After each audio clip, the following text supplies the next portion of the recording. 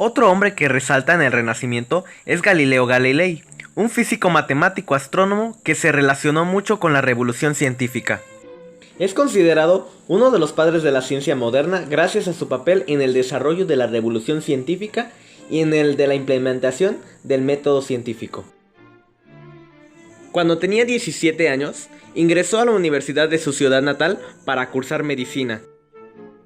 Pero Galileo no encontró en la medicina su verdadera vocación, por lo que acabó abandonando la universidad a los 21 años. De todos modos, lo que sí que había cultivado en esos años fue un creciente interés por las matemáticas, haciendo que se centrara en su verdadera vocación, la física. Fue así como empezó a dedicarse profesionalmente al estudio matemático y entre otras cosas, para así obtener un empleo regular en alguna universidad que a él le pareciera.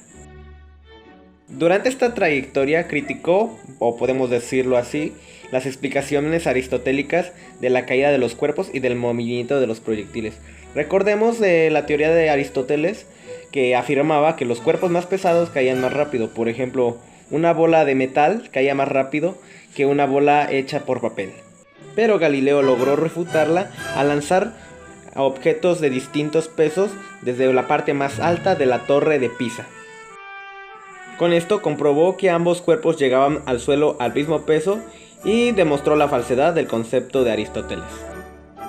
Podríamos decir que de esta anécdota se dio el nacimiento de la metodología científica moderna y Galileo se proclamaría como padre de la ciencia moderna.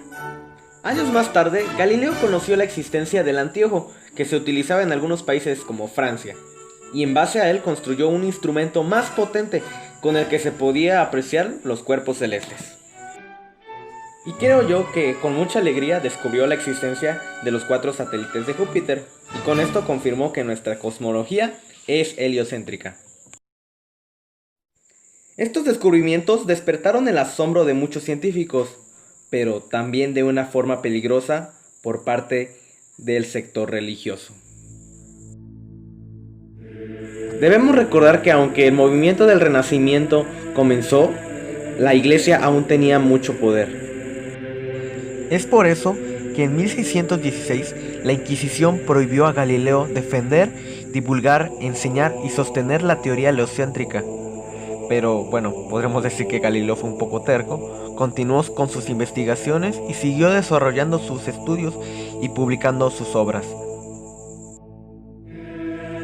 Para 1633, Galileo fue juzgado en Roma por incumplimiento de la censura establecida en 1616 y fue obligado a confesar su crimen bajo amenaza de tortura.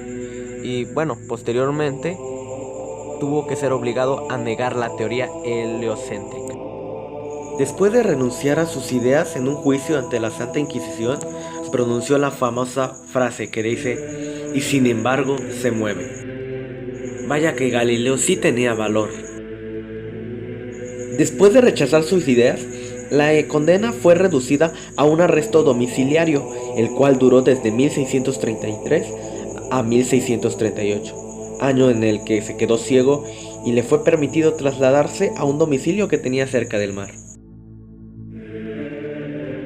Finalmente, en 1642, Galileo Galilei falleció dejando tras de sí un legado que se mantiene intacto hasta el día de hoy. Galileo Galilei revolucionó el mundo de la física y de la astronomía con unas investigaciones y descubrimientos absolutamente avanzados para su época, a pesar de que estaba en una sociedad en la que la Iglesia frenaba cualquier forma de progreso científico. Sin embargo, a Galileo esto no le importó. Él quería que todos conocieran la verdad. Realmente Galileo fue una chispa de luz, de conocimiento en medio de un mundo que estaba decayendo. Y lo curioso es que él no estaba en contra de la religión o en contra de algún ser omnipotente, sino estaba en contra de cómo la Iglesia se mantenía por su autoridad eclesiástica tratando de oponerse a la verdad. Con respecto a esto, dijo: "La prohibición de la ciencia sería contraria a la Biblia, que en cientos de lugares nos enseña cómo la grandeza y la gloria de Dios brillan maravillosamente en todas sus obras, y deben leerse sobre todo en el libro abierto de los cielos". Con esto que no quiero darles una clase de catecismo o algo así, simplemente que vean lo que pensaba Galileo. Otra frase que dijo fue: en las ciencias, la autoridad de miles de opiniones no vale tanto como una pequeña chispa de razón en un hombre individual. Y por último, una frase que en realidad a mí me ha llamado mucho la atención, la cual dice: las matemáticas son el lenguaje con el que Dios ha escrito el universo.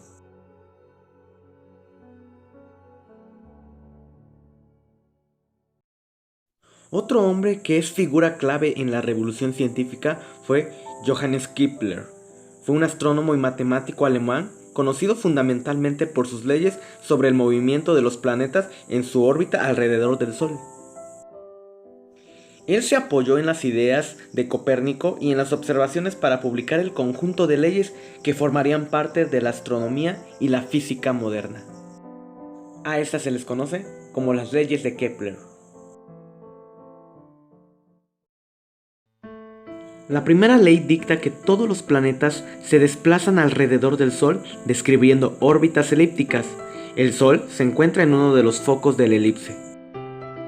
Esto en términos sencillos quiere decir que los planetas giran alrededor del Sol describiendo elipses, donde el Sol siempre será uno de sus focos. La segunda ley dice que el radio vector que une un planeta y el Sol barre áreas iguales en tiempos iguales. O sea que la velocidad de los planetas alrededor del Sol no es constante. Esta aumenta cuando los planetas se acercan al Sol y disminuye cuando se alejan.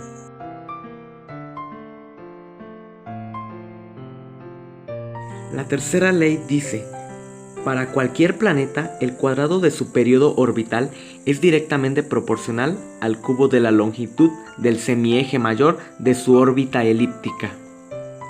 En términos más sencillos, si sabes cuánto tiempo toma un planeta en circundar el Sol, después puedes determinar a cuál distancia se encuentra del Sol. Y nos dice que los planetas lejanos del Sol tardan más tiempo en circundarlo. Las leyes de Kepler echaron abajo la astronomía griega y todas las teorías precedentes, poniendo fin al famoso movimiento circular y acabando con la teoría de las esferas celestes que Copérnico había sostenido.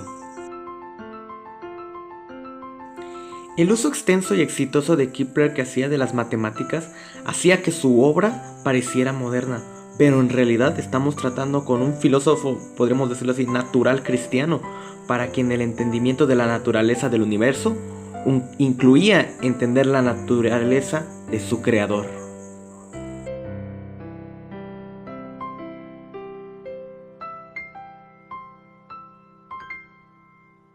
Bueno, hemos llegado a su fin. A lo largo de este video hemos visto los diferentes aportes y investigaciones que hicieron estos grandes hombres de la física, los cuales sin ellos creo que no estaríamos en el mundo que conocemos ahora. Estos hombres se caracterizaron por el gran amor que tenían hacia la verdad y el gran devoción que tenían por descubrir cosas nuevas, como el movimiento, todos los rasgos que vimos en el transcurso de este video, pero sobre todo se enamoraron de lo que es el universo, y qué mejor que conocerlo